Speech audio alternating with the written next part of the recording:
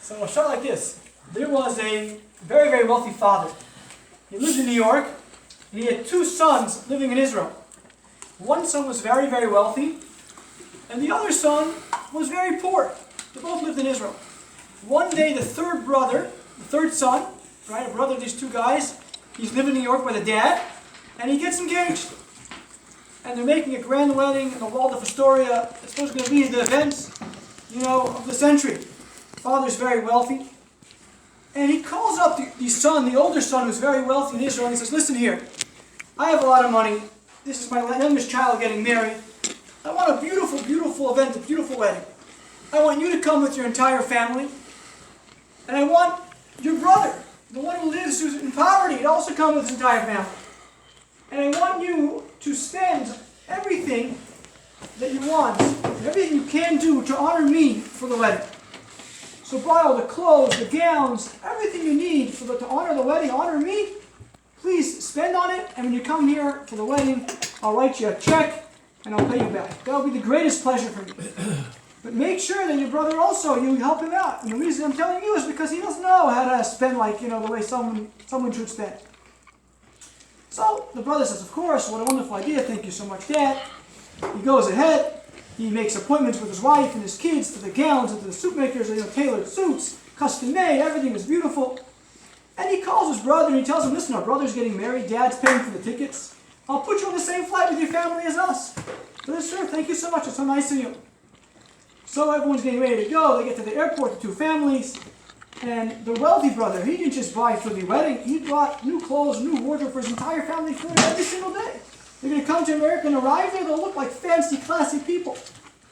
So it comes the day they finally arrive in JFK, and the father comes to the airport to pick up his two sons and the grandchildren. He's got this giant tender, big, bus to bring everybody to his home. And he sees his two sons coming forward, and he sees their families. And he realizes that one son is dressed to the finest, so beautifully. The wealthy son must be really spent a lot of money. And he sees the other son, the one who lives in poverty, seems to be nothing's changed. The guy's got tattered clothes, his kids have got patches and stains. He's like thinking to himself, this is not exactly what I thought. And they spend the whole month together, and they enjoy the festivities of the wedding and the shower brachos, the whole 9 yards. And at the wedding itself, the father sees the brother in poverty is also wearing clothes that is just so, not befitting. The son who's poor, I don't know. I guess he didn't get the message. It comes a day before the two brothers are supposed to go back to Israel with their families. And the older brother, the wealthy brother, he says, Dad, I have to speak to you privately. He says, sure. What can I do for you? So the brother says, you told me that I should spend all the money necessary to go ahead and to beautify this wedding, make it so beautiful.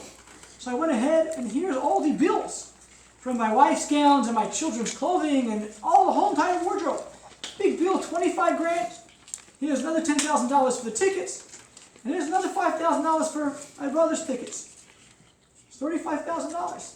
You told me you would do it. So the father says, I don't know what you're talking about.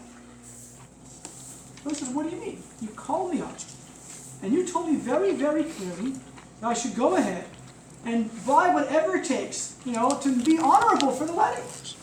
So the father says, that's not what I said. What I said was, you should buy whatever it takes in order that you should honor me for the wedding. And all the stuff that you bought was to honor yourself. It wasn't to honor me. And the proof that I have is look at your brother. For your brother, you didn't spend a dime except for the tickets. So if you really cared about my honor, then you would have cared about how your brother looked. And that was the message. It was very clear. It was for my honor, not for your honor. And you didn't get it. This message is something we have to take to heart. It's very, very relevant to our days right now. The main reason the second base of this was destroyed was because of baseless hatred, sinas kina. And that means we have to have a very, very clear understanding about how Hashem looks at us as a whole, as Klal Yisrael, as a brother, one to another. And we can't say to Hashem, well, I just want to be honorable, I want to be successful, and not care about my brother or my friend, the next Jew down the block, down the street, despite the fact that he might be poor or different than you or look different than you, have a different lifestyle than you. It's all irrelevant. You have to go ahead and look at how is Hashem going to be honored. And Hashem will be honored if your brother is honored. There was a a person who wanted to become a convert. And he came to Sham and he said, "Can you teach me the entire Torah standing on one foot?" Sham said, "You're making a mockery out of me." And he threw him out of the base medrash. He came to Hillel's academy and he says, "Hillel, can you teach me the entire Torah on one foot? And then I want to convert." Hillel says, "Sure, no problem." Hillel says, what you don't want done to your friend, what you don't want done to yourself, don't do to your friend. Whatever you wouldn't want done to yourself, don't do it to somebody else. That's the entire Torah. And the rest is just commentary. Go learn it. And the person said, fine. He went ahead and converted. He learned the entire Torah, or learned a lot of Torah. And he credited Hillel for his greatness. So one of the famous questions asked in that Gemara is that maybe you could say that this answer of what you don't want done to yourself, don't do to somebody else, incorporates all laws and all laws related to man and his fellow. Man and his fellow, yeah. What you don't want done to yourself, don't do to someone else. That's a very base, clear, one-liner, standing on one foot. But how does that have to do with Hashem? How about all the mitzvahs between man and God? Man and God has nothing to do with what you don't want to yourself done, don't do to somebody else. So that's the other half of the Torah. Shabbos, Tefillin. I heard from Rabbi Jacoby, he said over from many of the commentators on the page, that Rashi explains the word friend can also refer to Hashem. And what the meaning is like this. If we understand and we see and we focus on how much Hashem does to us, so much greater than any other friend. There's a famous letters, BFF, best friend forever. Every one of our best friend forever, every one of us, our best friend forever is God. Because He gives us more than anybody else. Every second of our life is from God. He's the greatest friend we have is God.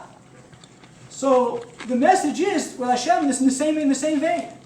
What you wouldn't want done to yourself, don't do to somebody else, don't do to God. When you don't want someone who you gave so much to, you gave your friends, you gave your spouse, whoever it is so much, you don't want them to disobey you. So too, to Hashem who gave you so much, don't disobey Him. And that's the message of Makom between man and God. So just to speak of my grandmother for a moment, my great-grandmother, she was someone who went through Auschwitz, went through the Holocaust, lost a lot of her siblings, her husband she lost a child in the war. And despite all that, she stayed religious, even though it was against the momentum of the crowd. Most of her friends and relatives became completely secular, and a lot of them assimilated. And she always, despite everything, understood that everything understood the gift of God, the gift that God's given her of life. And she had that relationship with Hashem, where she understood that Hashem has given me so much, despite everything she's gone through, to try and instill in the future generations that she had the love and the connection to Hashem. And she's a very big reason why I'm here today, and therefore I made the Siyum in memory of her. Thank you so much for coming, and I hope you all enjoyed.